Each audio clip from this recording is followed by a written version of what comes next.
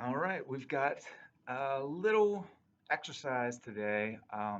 They're real tiny clippets of exercise. As I've been going around and talking to people from their doorway, they've been afraid of the word exercise. So I've been saying games or challenges as I'm trying to keep people active. But the first thing I observe is their environment. So a lot of dim lights, shades drawn, um, and then it obviously makes the residents feel cooped up and even more kind of isolated. So draw the shades, bring in some natural light, and um, another thing that I am observing is uh, their focus. Can they look at me, focus? If they're looking down at the ground, not making eye contact, that's usually a sign of depression. We need to take a couple more steps to prevent that. But if they are ready to exercise and get moving, I've taken 10 different categories to give them challenges. So those are feet, hands, eyes exercises, breathing, other senses, focus, reaction, memory recall, problem solving, and posture. I don't have this memorized yet because I just created it a week ago, but I wanted to share with you what I've been doing. If they get into that challenge, they enjoy it, um, I go into all the planes of motion. So I'll go through all of these with you right now. It's going to take about 15 or 20 minutes, but it's some good things just to have with you in the back of your mind um, for the residents as you're walking around and talking with them. First, as I said before, I like to break the ice with a little joke. So a lot of people comment on my beard, um, and I usually say I didn't like it at first, but then it grew on me. All right, so we're going to start with the feet. Um, from the feet, it's your base of movement, so it has a lot to do with balance. Base of support, sorry. Feet are your base of support, so we want to make sure it has movements in all angles. So I like to start with circles. One of their exercises, as they're, I don't even make them get up usually. If they're sitting down watching TV, you'll take a quick break. Make a circle with your ankle. Out with the other ankle. Go the other direction. All right. And then we have as it's coming through from day to day, you have to make it more challenging. So we do the alphabet, spell out your first name, spell out Presbyterian. All right, with their ankles, make sure they're not using their whole leg because we just want the base of support. All right, um, and then sometimes we do a slide. How far can you slide your foot forward while your foot is still on the ground and backward? So you get that stretch. Side, other side, keep your foot flat. So you're getting a little stretch there. And we can go in circles, and then you're getting a little strength workout there as well as range of motion. So that's our base of support, feet. Um, if they don't have their shoes on, we'll do some crunches for the strength. Stretch those toes out, crunch them, stretch the toes out, crunch them. Next one is actually the hands. Okay, so this is a fun one with a lot of the residents, just different finger exercises, bring them apart. All right, you can call which one you want them to bring apart, do a pattern, try doing it with timing. So you exhale, breathe in. See if you can move each finger before the end of your exhale. All right. Simple exercises like that. Sometimes we do the extension where you're going uh, off of your arms. Just a little different atmosphere. Close your eyes and try it. All right. Interlock the fingers. Left hand, middle finger. Right hand, pinky. All right. So later we have reaction time. We can mix a couple of these exercises together to save some time, be more efficient, so you don't have to do them all singularly. Um, and then obviously just open, close. We do the supination, pronation, twisting the wrists. All right. But I think it's most important to get those fingers working independently. A lot of when you're not using it, they end up using your fingers all together at the same time, as opposed to one at a time. All right. So that was feet, hands, eyes. As we're doing our eye exercises, um, I think it's silly, but first I'll get my thumb, look at my thumb. Don't move your head, just follow my thumb. Up, down, make it easy. Go circle, nice and slow. You don't want to make them dizzy or confused. Near, far, and then you say without your thumb. So just look to your right, look to your left, look up, and give them some different ocular exercises. Close your eyes, open your eyes, look surprised, look happy. Okay, make it fun. They're challenges, games. All right. And again, this is more for people that don't like the exercise term. People that do like to exercise are going to want to get up and march and move around. But it's a mind game. We're not really tricking them, but we're playing with them. Okay? Breath. So all different kinds of breathing exercises. The easiest one is just to fill your lungs, get all the air out of your lungs. All right, we have different paces. In 4 breaths, out 4 breaths. Um, we do this diaphragmatic breathing.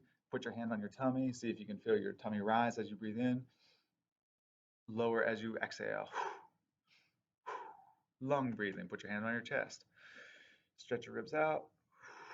Relax your ribs. All right, all different kinds of breathing. You can Google or look on YouTube for some examples. A lot of yoga instructors have some good techniques um, for breathing. Other senses. So smells. What do you smell? Can you imagine what a fresh baked batch of cookies smells like?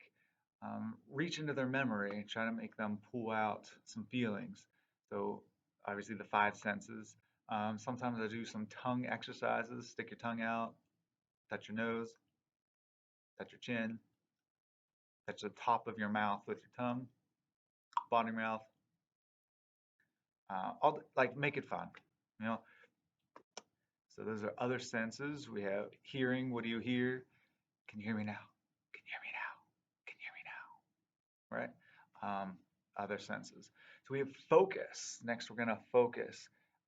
Focusing for me is just being able to kind of be present. So, can you count to 10 without losing focus?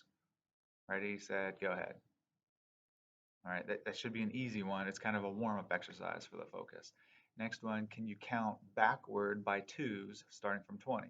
20, 18, 16, 14, 12. Just makes them think outside the box. Can you spell tree backward? So you have to focus and think. E, E, R, T. All right. It sounds kind of silly, but it's something that they haven't been working on. Those neurons are firing differently. So those are some focus exercises. And that's something that you can do at the same time that you're marching in place while they're sitting down. Now, as you're marching, this is a coordination, more than one thing at a time. Add 3 plus 3 minus 1. Okay. Focusing. Reaction time. I love the reaction time with the clock. So we can do this with arms or feet. Obviously 12. I'm not sure if this is going to turn me backwards in the camera. 3, 6, 9. So right hand 12, left hand 6, right hand 9, left hand 9, right hand 6, left hand 12, left hand 3. All right. Get moving faster. You can just call it, say both hands, call out a number.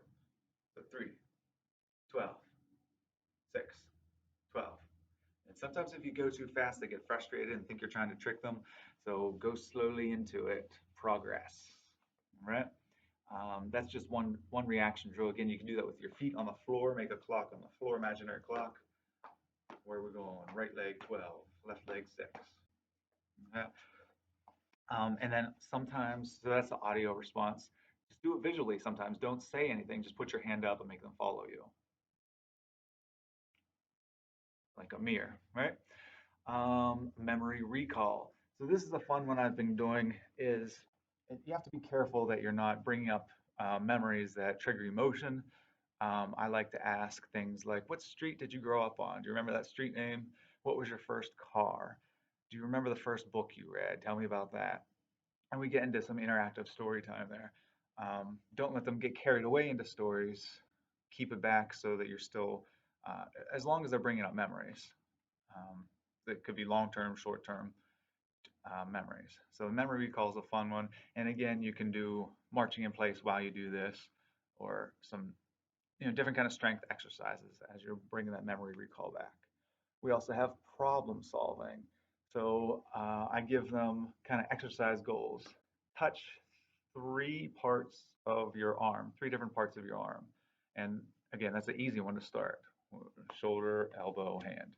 All right, but it makes them think along the right lines, kind of warm up the brain. Then you can do something more difficult like tap your knee 3 times and then touch another joint of your body, double that. So knee 3 times, 1, 2, 3, another joint, double that. So double that is 6. My shoulder is a joint, 1, 2, 3, 4, 5, 6. Kind of like riddles, puzzles, problem solving. Make them think. Next, we have posture. So this is the last one that I typically do. Uh, Category. So posture, we think where's their head at? Try to bring their head. Some of them don't have the ability to move this way, but the goal is to bad posture, good posture, bad posture, good posture. Shoulders, good posture, bad posture, good posture. Make them feel each one. The hips, how are you sitting? Posterior tilt, anterior tilt. Um, get them feeling the good and the bad. And sometimes it depends how they're sitting. Sometimes the hips, external rotation of the hips, internal rotation of the hips, leaning to one side, will just make them sit up tall, look at their posture, see if they're aligned. And again, you can do that with other things as well. So those are the 10 different categories I go through. It's typically just one. I'll throw one at them and move on to the next room.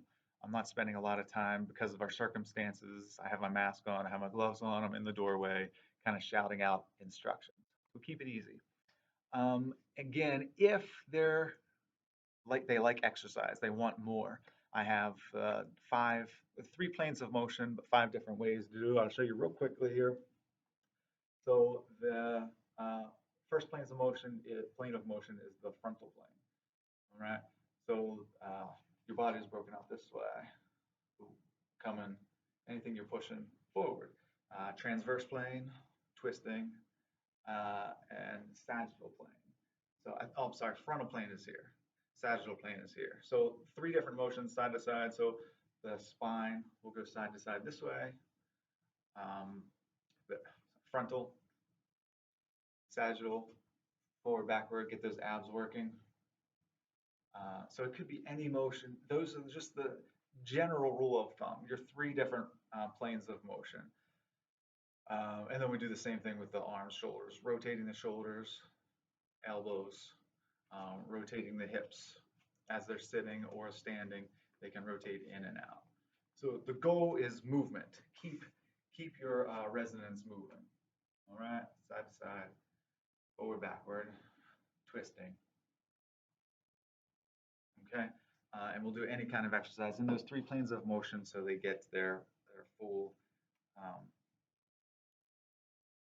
full range of motion. I have a little chart here that I use as I'm going around. I hope that helps you with some ideas to give people who aren't really into exercise. When people cringe and they say you hear exercise. So that's what I've been doing in this time of different times.